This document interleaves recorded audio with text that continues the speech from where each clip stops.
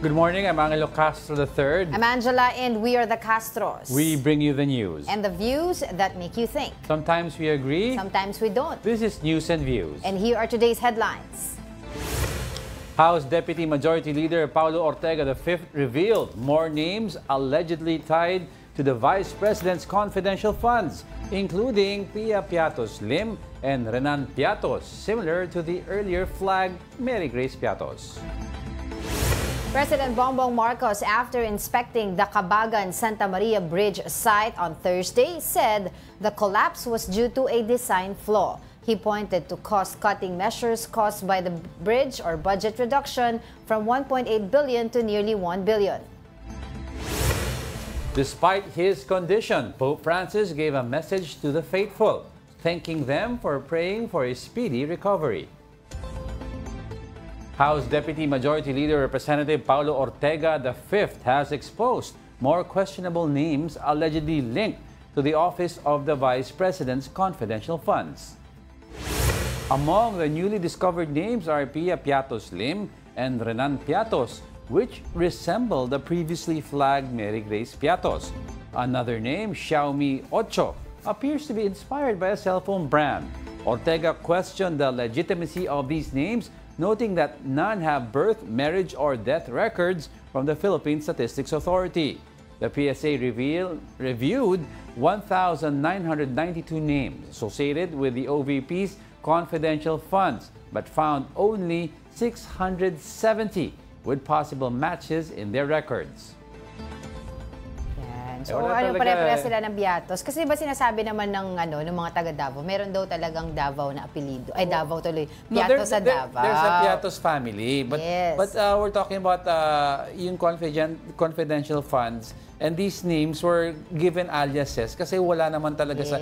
But if you search the PSA, makikita may Piatos may mga Piatos members, but not these ones. These particular names, especially yung mga inad, wala. Hindi, tapos meron pang, di ba, may Nova, meron pang well, according Oishi. dun sa isang So in other words, article aliases talaga to. Oo, written by a columnist. Pero ito, yung nakita ng mga ng Congress, yun ang sinasabi nila. Pero we'll see paano pa kasi continuous pa rin naman yung kanilang 'di ba, yung kanilang hearing, pero may mga breaks di pa tapos ngayon. Mahaba-haba pa to. Basta yung sinasabi nila na additional names na yan, hindi daw nila nakita sa sa PSA. Wala, pero syempre, 'di ba? Any of those. Basing on the statements before, 'di ba, sa kampo nila Vice President Sara Duterte, sinasabi naman nila doon na talagang hindi nila pwedeng i-divulge yung totoong pangalan. These are just aliases because for security purposes, actually, because it's under confidential Actually, very funds. contradictory yung mga statements ni Senator Bato at ni OVP and ni Vice President Sara, because sinasabi ni Senator Bato, meron naman talagang Piatos family sila, so hindi nagsisinungaling si Vice President. But then you have the Vice President saying, teka lang, yung binibigyan namin, mga alias kasi talaga yan dahil bawal namin ilagay yung name. So parang, ano ba talaga? Sila ang binibigyan, Piatos family, or aliases lang yun? So, saka parang, if I can remember, through her statement also, si Vice President Sara Duterte, sabi niya, wala din daw siyang alam dyan. So it's either, di ba, neglect of duty, kasi ikaw yung head ng ng ahensya na yan, or hindi mo talaga alam, I don't know, di ba? Kasi either way, you are responsible for that sum of money. Napakalaking amount of money yan. And at the end of the day, whether alam mo o hindi, kung hindi mo alam, you fail to do your job. So sabi ng ibang congressman, that's still a violation of your mandate. In other words, you betrayed the people because ang mandate mo is to protect the people's money and to serve the people. And isa pang point nila dyan, along with other senators na known ally ng mga Duterte, sinasabi nila, confidential funds yan hindi nila po pwedeng basta-basta lang ibibigay sa inyo kung hingin nyo sa Kongreso, kung sino itong mga to. May security, implication. Pero kasi diba, I remember talking to former Congressman Attorney Nery Colmenares. Yes. And he mentioned that in the law, meron daw naka-provision doon na kailangan sa record book may record book na dapat doon nakalagay yung sources ng confidential. Yeah. Kaya ngayon talaga, isa yan sa mga tinatanong natin, 'di ba, sa mga senatorial balls, kayo ba in favor of confidential funds sa mga ahensya o tanggalin Civilian na yan? agency. Civilian agency. Wag daw civilian agency. May kausap nga tayo mga senatorial balls na candidates. A lot of them are saying, wag sa civilian agency kasi very redundant naman yan. Bigay nyo sa mga agency, mga civilian agency na pwede, DOJ.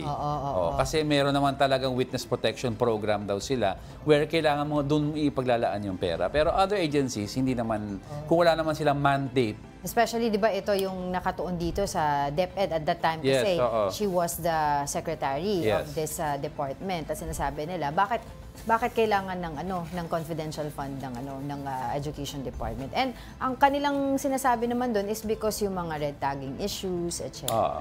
Sa mga eskwelahan. Anyway, in other news, Malacanang is evaluating if a ban on Philippine inland gaming operators or PIGOs is in order. Presidential Communications Office Undersecretary Claire Castro said they are still comparing PIGOs with POGOs. Recall that POGOs had been linked to crimes such as human trafficking. So far, no crimes have been linked to PIGOs, according to Castro. She added that unlike POGOs, which employed mostly foreigners, PIGOs are comprised of 90% Filipinos. As of now, napag-aralan po, anyway, continuing study po, ang ginagawa natin patungkol po sa PIGO. Okay, pinagkumpara po ngayon kung ano yung nangyari sa POGO at saka sa PIGO. Sa POGO, kaya po siya na-ban, total ban, dahil marami pong nangyayaring krimen because of the POGO. Pero as of now, lumalabas po sa pag-aaral ay hindi po ito nakakagawa ng krimen. Hindi siya nagiging cause or hindi siya yung nagiging dahilan, yung PIGO, para magkagawa ng krimen. Siguro kung meron po mga statistics or data, mas maganda pong ipasa po sa amin yan para ma-consider po yan. And aside from that, several factors na enumerate ni Yusek Claire Castro, isa pa daw sa tinitingnan nila dyan kasi ang POGO, yung advertisements nila, yung result in money flowing out of the country. Unlike itong PIGOs, yung spending nito, yung mga marketing expenses nila, marketing and advertising budget within the Philippines. So, ang ibig sabihin nun, keeping the funds within the country. Yeah, pero ang pinaka-issue kasi dito is more on yung sa POGO, yung the illegal side of it, which is behind, naka-blanket Kumbaga nakatakip yung illegal at ang front nila, hindi lahat ng POGO may a lot of POGOs, ang front nila is legitimate POGOs at the time Tapos ang behind the scenes, same people operate illegally. So yan ang naging issue. Tapos meron pang issues na pangkikidnap sa kapwa Chinese, torture. So yung what came with the POGO, the illegal stuff, that's what brought attention to it. Yung PIGO naman, yung nagiging issue lang nila, yung mga taong nalululong sa sugal. But then again, may mga disclaimer na ang PCSO in general, may disclaimer sila about the ill effects and it's up to the family or the people involved na to control themselves.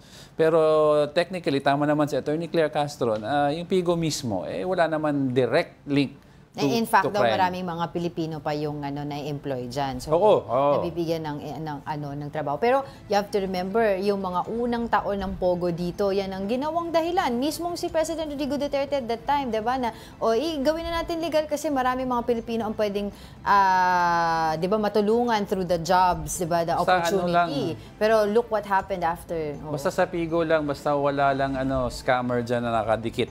Okay lang. Kasi may mga PIGO operators dyan daw na kinukuha yung pera mo for pangtaya tapos hindi mo nagagamit yung exact credit amount. May ganun pa. Hindi ko sinasabi sila yun. Mga illegal parts of it. So, if we monitor it carefully lang sana. Monitor, siguro wag muna tayong magsalita ng tapos ngayon. Importante kasi lahat ng bagay kapag walang nakatingin di ba? Hanggat kayang, di ba, ang tawag din, mag-take advantage, they will do that. In other words, pag-aralan natin ng mabuti. Pros and cons. Both sides naman kasi yan. And of course, we still focus on operations ng dito, ng POGO, ng PAOK, di ba? Para ma-eliminate talaga yung mga mga pogos, yung mga foreign workers that need to be, 'di ba? Anong tawag doon? Na paalisin dito sa bansa natin, pa-deport, 'di ba? Yan. Tapos of course yung mga nag-ooperate pa rin, 'di ba? Ng mga maliliit-liit sa mga villages, sa mga even hotels, 'di ba? Sa mga resorts, yan. Isa pa yan sa mga dapat pagtuunan ng pansin ng PAOK. All right, in other news, President Bongbong Marcos attributed the collapse of the Cabagan-Santa Maria Bridge in Isabela to a design flaw after inspecting the site on Thursday. Here's the report. President Bongbong Marcos personally inspected the collapsed section of the Cabagan-Santa Maria Bridge in Isabela. The truck that allegedly caused the collapse is still hanging on the bridge, but the president blamed the bridge's flawed design for the incident. Ang ending nito, ang punot-dulo nito, design flaw. It is a design flaw. Mali yung design. He pointed out that he had never seen a suspension bridge without cables. The president added that the bridge, which stretches 990 meters, was supposed to cost 1.8 billion pesos, but the budget was cut to almost 1 billion pesos. The bridge had to be refitted even before it was completed because it was already showing signs of instability. Now, the government will have to spend even more. We have no choice. We have to go back. So, yung nagtitipid tayo, nagtitipid natin sa 1.8 million, useless. Ngayon, babalik na naman tayo, gagastos na naman tayo ng malaki. Papalitan natin yung mga support, papalitan. Parang nagtayo na naman tayo ng bagong tulay. The question now, who should be held accountable for the collapse of the bridge? Ayusin muna natin yung problema. Believe me, we will find out who is responsible. Who is responsible is basically who made the design. Because their design is poor. Look what happened. And then also, those trucks should never have been on the bridge. Meanwhile, one of the bridge contractors insisted that their work was properly done, which is why it passed inspection by the Department of Public Works and Highways. May quality yun, quality. Meron mga testing yan. So, hindi ka makakalusot na maglagay ka dyan na walang yan. Wala, hindi naman siya. The investigation into the incident continues. Ako, malaking balita to since Feb 27, if I'm not mistaken, nangyari itong pag-collapse. 6 people were injured because of that collapse. Meron pang kasamang bata na which is, I think, cancer survivor pa yung nakasama dyan sa pag-. Ang titignan natin dito yung, yung actual weight, kino-confirm the actual weight ng truck. Oo. Kasi parang, may limit and mukhang over the limit yung truck, no? Yes. Pero ang mayroon, also na may nakita si President Marcos na this is a suspension bridge. Pero yung mga materials na dapat walang gamitin, cable daw eh. Walang cabling. Like for example, a good example of a suspension bridge is the Golden Gate Bridge. San Francisco. Golden Gate Bridge sa San Francisco, correct. May mga kable doon na, ito parang hindi kable ang ginamit eh, parang metal rods daw or something like that. Similar to that of a suspension bridge. Pero parang sinasabi ng iba, this is a modern design or take on it. Ang pag-contest naman ng iba, yung truck was over the weight, over the limit na dumaan. Diba? So parang ang sinasabi na parang 42 tons yata yung capacity. Yes. But over that weeks, ang dumaan parang 102, something like that. Parang sabi dito ni Sir Bono, there were 3 trucks with boulders on board that passed through that evening and collapse happened when the second one attempted to pass. So, yun yung nangyari. They were also blaming yung flagman, yung bakit daw inalaw, di ba meron na nga daw doon signage na ito lang yung dapat na lumakad doon, dumaan doon sa bridge na yun. May mga bridge kasi sa ibang country na before, pag car pinapadaan pero pag truck, meron na parang maliit na gate area na hindi mabagal, which may meter dito, may weighing scale. All you have to do is drive on the road na bago pumasok bridge, lalabas yung weight. Not here, but sa ibang country. I remember that kahit sa States may ganyan Tapos pag over the limit ka, ipapatabi ka sa isang gilid. Yung sinabi ni President Bongbong Marcos, the design is flawed, yung ganyan sinasabi niya. Well, that's based Feeling ko din yung yung baka check din nila, no? Not naman feeling, but i-check din nila para sure yung materials that were used there also. Diba? So for context lang, kasi itong bridge na to was planned under the Aquino administration, 2014, pero tinuloy ito under the Duterte administration. In fact, isa to sa mga banner ng Duterte administration with this build Buti, program. I mean, if yung section na nag-collapse, yung section sa may tubig, mas grabe yung mangyayari. Kasi may part dyan na may dadaanan siyang body of water na konti. Kung doon. Tsaka can you imagine, this was planned, di ba, 10 years ago, a decade para ma-build itong bridge na to.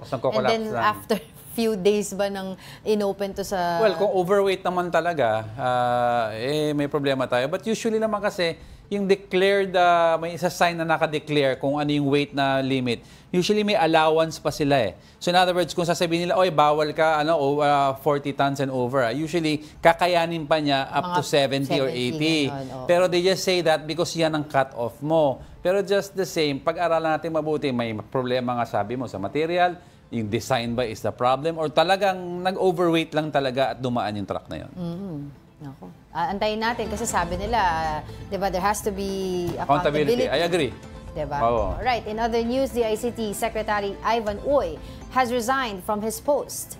Presidential Communications Undersecretary Claire Castro confirmed that President Marcos accepted Uy's resignation. Castro, though, did not respond to queries on the reason behind Uy's resignation. Uy was appointed to the DICT in June 2022. He is the third cabinet official to step down in less than a month following transportation and PCO chiefs. Diba, mga few weeks ago, pinag-uusapan na through mga reports sa newspaper na magkakaroon daw talaga ng cabinet revamp itong administrasyon na to. Kung ano-ano yon, then nalalaman natin in the following days. It's either gracefully lang, si President Bongbong Marcos gave other cabinet members a chance. Graceful exit. Sino ang feeling nyo, hindi nyo na kaya, you can go na, then we'll replace you. Rather than actual revamps na panahon ni PBBM, nakailan PBBM pala ni Pinoy. Nakailan walang graceful exit yung iba, pina-revamp talaga niya. Kay PRRD, former President Duterte, di ba, nag-revamp din siya kasi yung mga iba hindi rin naman kasi na yung sa PCO, di ba, sinabi nga nila dito under BBM na parang he's not happy daw on how this team was relaying yung mga messages ng Malacanang to the public. That's why nagkaroon ng pagbabago ng leadership doon. And we will see other posts kung ano-ano. Dito sa DICT, ano-ano ba yung mga natin dito, mga problema natin sa DICT before? Di ba nagkaroon ng mga hacking incidents sa PhilHealth? Yan ang sinabi nila about hacking incidents sa sunod-sunod. Sa mga ilang government websites natin. Tapos, pero dito din under his leadership yung di ba, yung sa SIM card Registration Act. Oo. Pero yung kay PC, in fairness naman kasi sa mga previous yung PCO department, si PBBM kasi mismo ang nagsasalita sa public. So, very rarely nakikita mo ang spokesperson or if meron man, na nagsasalita on behalf of the government because PBBM speaks directly to the people with his vlog. Diba? So, ayun, let's see what Secretary J. Ruiz has in store for everyone. Well, and other heads that will roll, abangan natin. Ang mandate ni Secretary J. Ruiz is to fight fake news and misinformation and disinformation. Yan ang sinabi niya. On social media din. All right, we'll be back with more stories after the break. Keep it here on One News.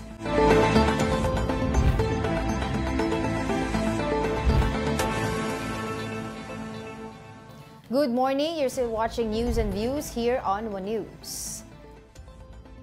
The Senate upheld its authority over impeachment cases under the 1987 Constitution following Vice President Sara Duterte's petition to the Supreme Court seeking to void the proceedings.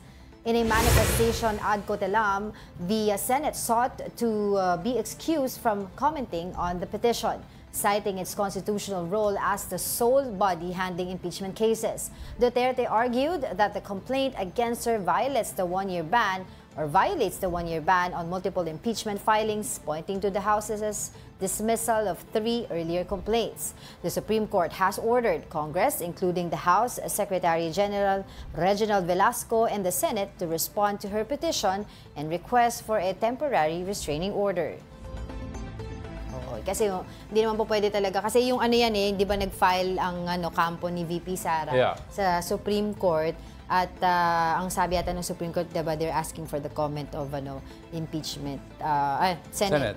Pero yun nga, kasi since ang Senate ang yung sole court, diba, para dito sa impeachment trial na to, hindi sila pwedeng mag-comment. And besides, the Chief Justice of the Supreme Court will be part of the the impeachment court. And the sole authority nga, I agree with that kay Senator Chis Escudero. The Senate convened as an impeachment court, has the sole authority to try and decide on its internal issues within the court. Ang problema, sinasabi ng iba, officially ba, nag-convene na ba? Kasi ang ginagawa ngayon ng Senate is nag-prepare pa lang Yeah, that's right. So, actually, yan yung talagang mahabang debate, di ba, na sinasabi natin because ang daming mga, of course, may mga grupo nagsasabi, even nga may yung mga religious group, di ba, meron silang mga ginawa, they started it nung Ash Wednesday, para nga daw mapakita kay Senate President Chis Escudero na may clamor. Pero of course, Senate President Chis Escudero said, he will not be swayed daw by no matter ilan na signatures yan. Kasi ang aim ng group is to have 1 million signatures a month. So kung 3 months, di 3 million, yan ang goal nila. But that should not dictate what is, sabi ni Senate President Chis Escudero, what is in the law or the Constitution. Hindi niya lalabagin because of signatures. Yan ang sa side ni Senator Mahaba-habang usapin ang impeachment complaint versus sa VP Sara, pero malamang sa hindi dahil dun sa schedule na nilabas ni Senate President Chis Escudero, talagang after the SONA yata magsisimula 'di ba, itong impeachment trial na to. But for the meantime... Yes, this March we are celebrating Women's Month, and to talk about the common health issues among women, we have medical oncologist Dr. Nessie Huat. Good morning, Doc. Thank you for joining us. Good morning. Kamusta po? Okay naman, Doc. Let's start off, Doc. What are the common health issues that affect women? Of course, the most common yung sa breast cancer, ovarian, tsaka endometrial. So sa mga matres. Common din ngayon yung lung cancer at tsaka thyroid CA. You have a data po there, Doc, kung ilan po ngayong taon na to yung women affected with the illnesses that you have mentioned? Actually, I don't have data, but these are the top 5 common highest cancer in women. Yun, it is based on our Globocan. Yeah, and Doc, what's confusing pa for others is they don't usually, yung mga women, they don't really go for checkups until may nararamdaman na daw silang mga, for example, let's take a breast cancer. They don't go for checkups until may nararamdaman na sila. So, I think there's this fear that pag na-diagnose ka early on, baka wala na silang chance. But I believe, Doc, may mga advancements na in the side, in this, we're talking about breast cancer. Yes, so siyempre, alam mo, pag na-diagnose ka ng may cancer, stigma yun That's right. Saka yung takot na malaman mo na may bukol ka or something. But I think the best is to early diagnosis. Ibig sabihin, malaman natin ng maaga, makuha natin ng mas maliit. Kasi kung sakali, mas makonti ang treatment mas less yung gastos. At saka mas mahahaba ang buhay mo pag early diagnosis. Early stage yung tinatawag natin. Yes, Doc, pag early diagnosis, for example, nahuli natin, let's talk about for now lang, yung breast cancer. Pag nahuli natin at stage 2 or 1, what's the common expectancy for that? Life expectancy in the next 5 years or 10 years, you have at least 90% life expectancy if you found it at an early stage. Usually po, ano pong age nagre-range po ngayon yung mga kababaihan na nagkakaroon specifically po nitong nung breast cancer? Alam mo, nakikita namin mas maaga silang nadadiagnose, like early, like 40s. Alam mo, dati mga 60s yan Ngayon, because of the screening, maganda na kasi yung screening natin Nakikita natin ng mas maaga. So may mga nakikita kaming 30s, 40s, konti na lang yung mga may edad Kahit mga 70s, hindi naman ganun kadami. Yeah, Doc, yung screening ba kasama ba daw doon yung mammogram pa rin? Kasi ang dami nang sasabi, medyo masakit daw ang mammogram, Doc. Medyo nga daw. But there are mga ilang seconds yun. Now, aside from mammogram, may kasamang ultrasound na rin ng breast. Importante rin yun kasi minsan may nami-miss.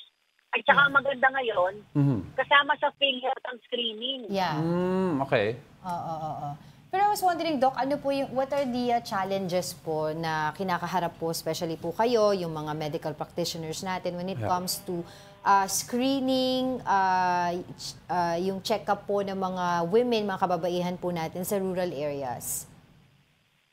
Of course, one challenge is walang mammography or walang gamit dun sa rural area. Hindi lahat, kasi mahal din po yung mammography. Yeah. Second, yung culture, yung health literacy din eh. We have to educate yung mga tao natin, yung mga pasyente na this is very important. At saka third, financial, di ba? That's Medyo right. magastos din. Pero Doc, since we're talking about yung common health issues among women, at what age should women have at least a general checkup to determine if they have any of the common issues that yung sinasabi niyo po nasa top 5? Okay, for breast, 40 years old and above, kailangan na ng screening mammography noon.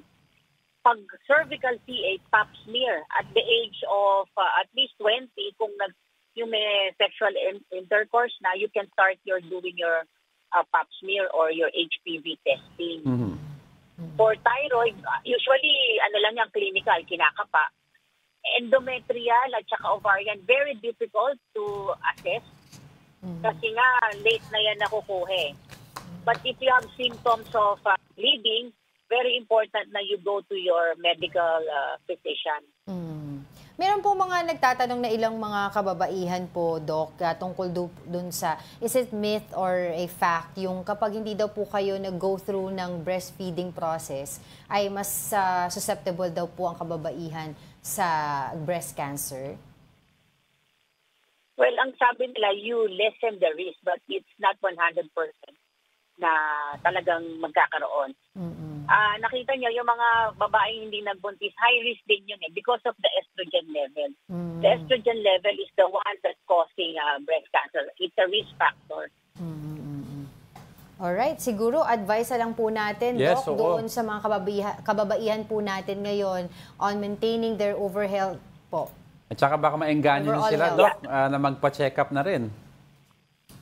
Okay, sige. So, sa mga kababaihan, so, March is the cancer month, at saka Women's Month ang March. Yes po. Yes, that's right. So, I would suggest, mas maganda na tayo.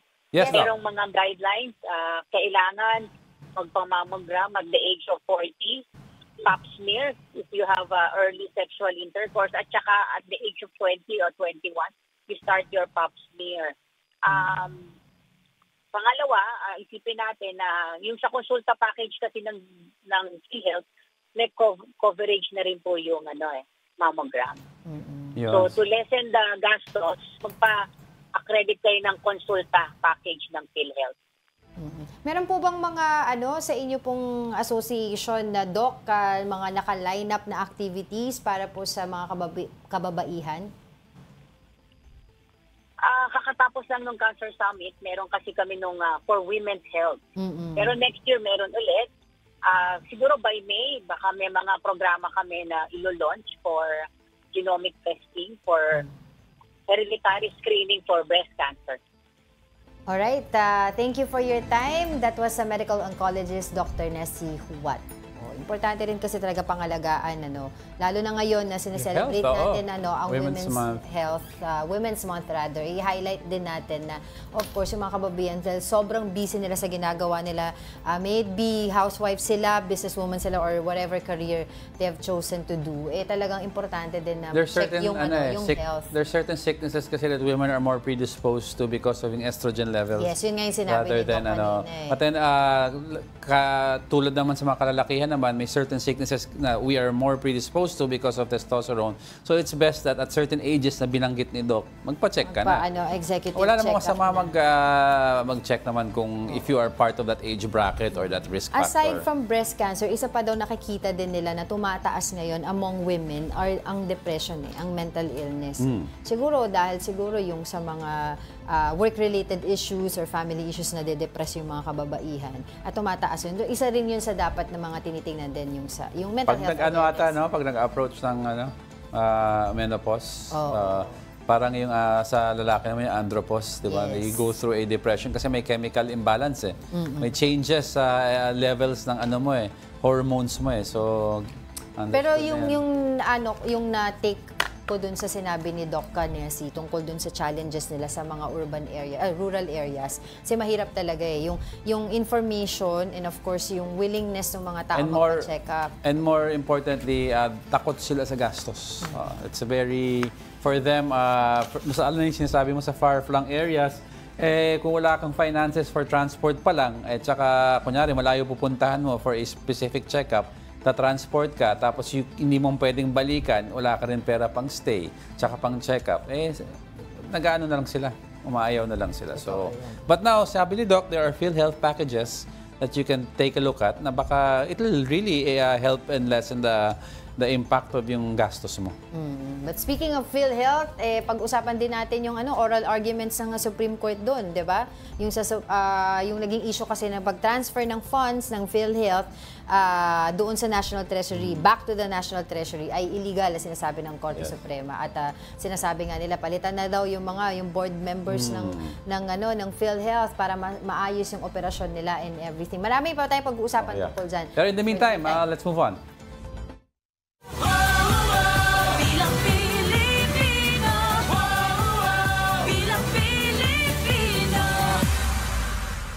The COMELEC continues to receive complaints about illegal campaign materials. Chairman George Garcia said most materials are posted in areas unauthorized by the poll body.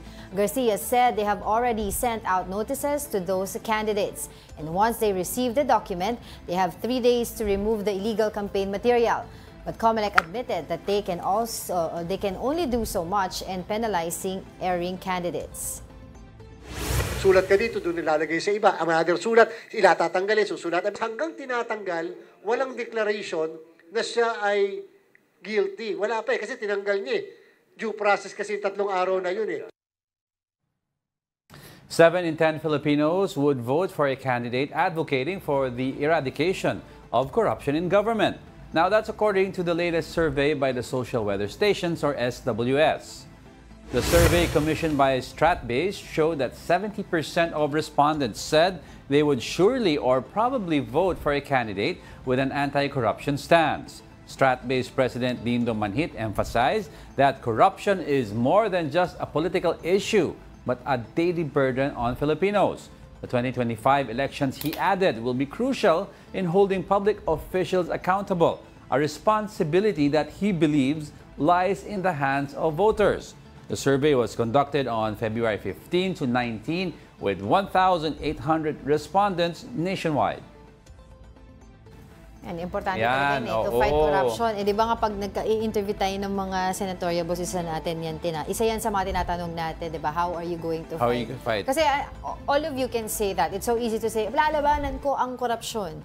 Pero paano? Di ba? Yan yung katanungan ng marami. And it's so sad to, kasi we're supposed to be talking about other things now for advancement. I remember when we were approaching si Pangulong, the late President FVR, no? We were a baby tiger economy, and parang ang premise was he's setting the foundation for the next presidents para 20 or 30 years after him, si FVR, kay President Ramos, the next presidents will be setting us up to be a full tiger economy. Pero kung nag-downward trend tayo because and that's according to external auditors from different financial institutions, because of corruption. A lot of money is getting lost in the country because of red tape, di ba? So it's so sad to think that we're talking about corruption now. Like other countries, surely, like the US and a lot of the It's not European countries, perfect, they have corruption, but it's not being talked about as much. It's because it's in check and they're going in the right direction. Pero tayo, we're still talking about the same Problema kasi mode of... dito, kunyari, depende sa administration. Merong isang politiko na na-accuse ng pagiging corrupt. May kaso, etc. Tapos nakulong. Tapos pagkatapos no, na iba na yung administration, biglang nakakakawala, biglang walang Hindi. ebidensya. So, walang nangyayari. Walang accountability. Not only that, nakahanap pa tayo ng mga politiko ng paraan na ipalaganap ang korupsyon. Like for example, noon, pork barrel. Natanggal yung pork barrel, di ba? Ngayon, Ayuda. may ayuda naman. System. O, matapos may insertions pa. O, kung tinanggal natin yun, what's next? Di ba? Paiba-iba tayo eh. Di ba? So, wala. It's, we're going on in cycles. And I hope truly, sabi nila, itong election na to, di ba, would be a referendum on the anger of Filipinos at what is happening. Eye-opener. Gutom ka na nga eh. Gutom na nga si Pinoy, mga Pilipino ha, gutom na nga tayo mas nakikita po pa, nagnanakaw daw ibang politiko, nakakainit ng ulo, sabi nila. Pati ako, init ng ulo ko. Anyway, don't go away, we're not done yet. Please stay with us.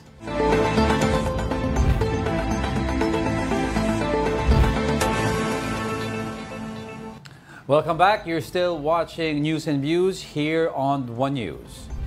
Smart Communications aims to enhance customer service through AI innovation. Chief Operating Officer Anastasio Martires laid out the telco giant's vision for AI at the Mobile World Congress in Barcelona. Martires said they have established a center of excellence for AI, which is now evolving into a center of acceleration. He noted that Smart's partnership with Amazon Web Services is key to accelerating this vision.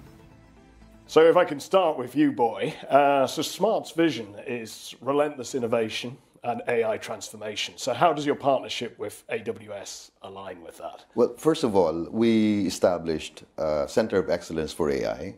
And I think the next best step is to accelerate it. And that's why our chairman coined Center of Acceleration. Right.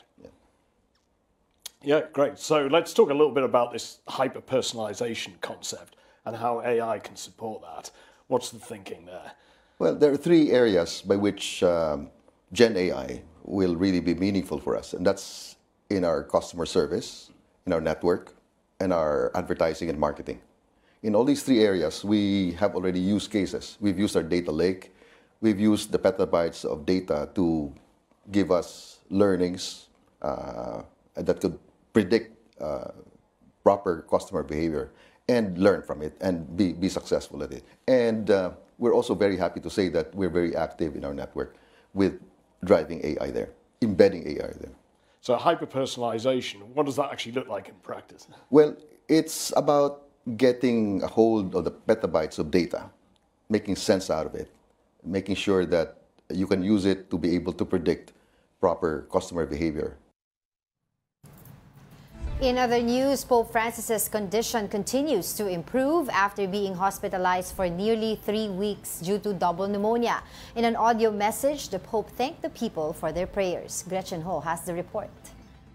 Agradezco de todo corazón las oraciones que hace por mi salud desde la plaza. Los acompaño desde acá. Que Dios los bendiga y que la Virgen cuide. Gracias. Though he seems to be weak and out of breath, Pope Francis eased the hearts and minds of many when he sent an audio recording during the nightly rosary led by cardinals at St. Peter's Square, thanking those who have been praying for him. The familiar voice brought solace to the Catholic faithful who have been missing their leader for about 3 weeks now, as Pope Francis remains hospitalized for double pneumonia. With most health updates coming from Vatican News, it's huge progress to hear from the 88-year-old pontiff himself. In the latest medical bulletin, the Pope continues to respond to respiratory and motor physiotherapy with beneficial effects and remains to be stable. There's no news, though, on whether he's still on high-flow oxygen or mechanical ventilator. One notable update was that the Pope managed to work yet again from his papal apartment at the Gemelli Hospital. In a deviation from the daily twice-a-day updates, the Vatican will also not give an update on Friday, Rome time, and will instead give its next word on Saturday. Things appear to be looking up for Pope Francis as he recovers from a series of respiratory crises. This message from Pope Francis really touched me deeply in its simplicity, but also in the suffering that can be heard in his voice. So strained, yet so beautiful because it is close to us. We are human. He made me truly feel this humanity which is near. Hearing the Pope's voice again is always an emotion, perhaps even more so now given his condition. We have been praying, hoping he recovers soon. Alessia Reyes, a Filipina who works at the Vatican as officer in charge of volunteers for this Jubilee year, also recalls her experience with the Pope. Indescribable experience, a mix of emotions. Kasi you just see him and sometimes I felt, for siguro first time ko, I felt really, let's say, nervous and excited at the same time. Kasi I'm gonna see, head of state, very humble, down to earth, and he's really concerned on every field that it regards the church. He asked me how I'm able to speak fluently Italian with a Roman accent. He found it so funny. And when I greeted him Buongiorno, Santo Padre. So you can hear really the difference, the diction, the tone of my voice, na very Italian with the Roman accent. So he was surprised and how are you able to speak fluently Italian with this accent? And I just explained to him na I was born and raised here in Rome. So he was surprised. He was surprised. But he knew you were Filipino? Yes. The Jubilee year, a special year when pilgrims from all over the world come to the Vatican for spiritual renewal, takes place once every 25 years. This year, as of February, the Vatican recorded 1.3 million people passing through the holy door of St. Peter's Basilica. They are expecting about 2.5 million for the Jubilee of the Youth. Catholics will be happy if the Pope is well enough to greet his audiences again. He really loves to being with people and without the security. The security is just there, but they're just apart. Parang ayaw niya na pagbawalin siya na to get close to them. So, especially he loves kids. Kaya in any audience or in any holy masses or any apostolic trips, pag nakikita niya yung mga bata, gusto niya talagang i-bless. The DOST rolls out a robot that can track and monitor banana plantations. Naka-apekto raw kasi sa pag-export ng Pilipinas ng mga saging ang sakit sa mga puno nito. Para bigyan ng mukha ang balita, Mobile Journal, Amy Atienza.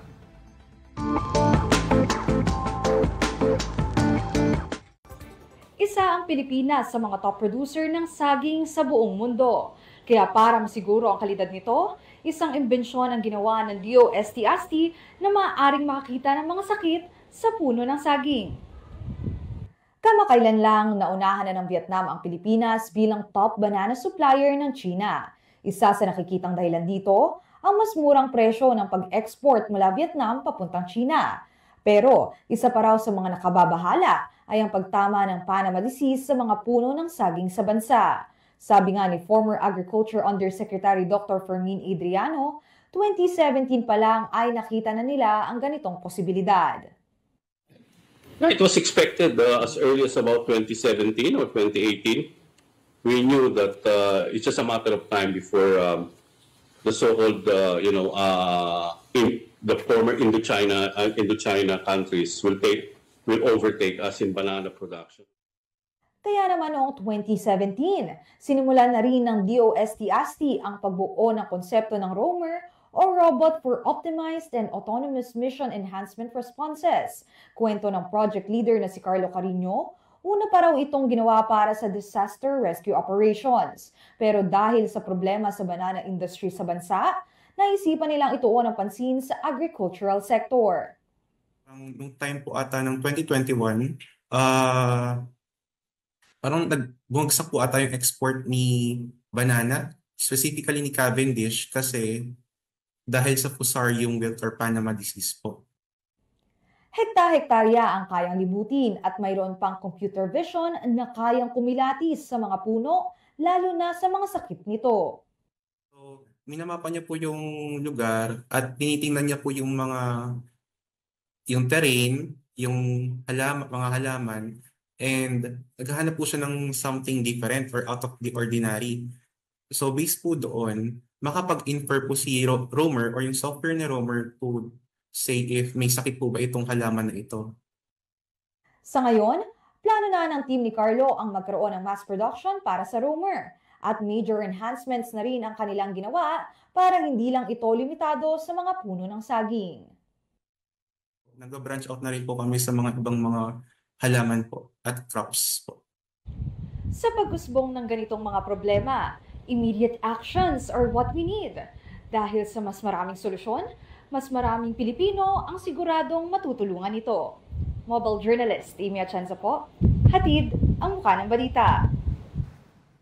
Kapag nag-manufacture sila ng medyo marami-ramihan kumalat sa iba pang mga banana plantation, I think this will help us also makuha ulit yung trono natin. Kasi di ba recently nagkaroon ng balita na naungusan na tayo ng Vietnam bilang top supplier ng China ng mga bananas. Which is so sad. Oh, so sad. Although sabi nila there are other factors, of course yung volatile pricing sa market, yung most growers daw kasi would want longer contracts price tungkol sa pag-i-import, but China kasi ngayon parang ginagawa nila hindi parang maliit-liit lang na utay-utay lang na kontrata. So yun isa sa mga dahilan, but by doing this I think it will help also, 'di ba? All right, in sports, the Cherry Tigo crossovers kicked off the PVL Filipino Play-In tournament with a sweep of the NLEX or NEX-led Chameleons.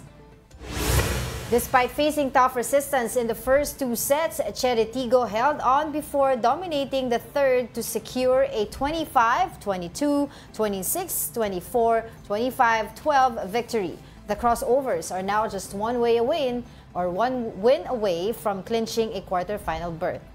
Meanwhile, the Signal HD Spikers edged out the Capital One Solar Spikers in 4 sets. Capital One managed to steal the second set, but Signal controlled the match down the stretch, winning 25-21, 22-25, 25-17, 25-15. With the win, Signal strengthened its bid for one of the last 2 quarterfinal spots in the All-Filipino Conference. By the way, thank you sa Buddha's Belly for our dim sum platter. Dim sum platter. Pero since Friday ngayon, ang kakainin na namin yung may shrimp. Oo, bawal nga pala. Kay yan, from Buddha's Belly, kay Marjorie Tan, maraming salamat. Our partner pa rin on Fridays. Oy, weekend. Oo, sa mga kababayan natin, weekend na po. Sa mga may pasok bukas, good luck. Work hard, and I'd like to leave, may sasabihin ka pa ba? Wala na. Everyone with a quote, just a little advice and just a little quote that hopefully will help you. And the quote goes, someone's sitting in the shade today because someone planted a tree a long time ago. A quote from Warren Buffett. And that wraps up today's episode of News and Views. Join us again on Monday. I'm Angela Lagunsad Castro. And I'm Angelo Castro III. We are One News. Happy weekend. All sides, all the time.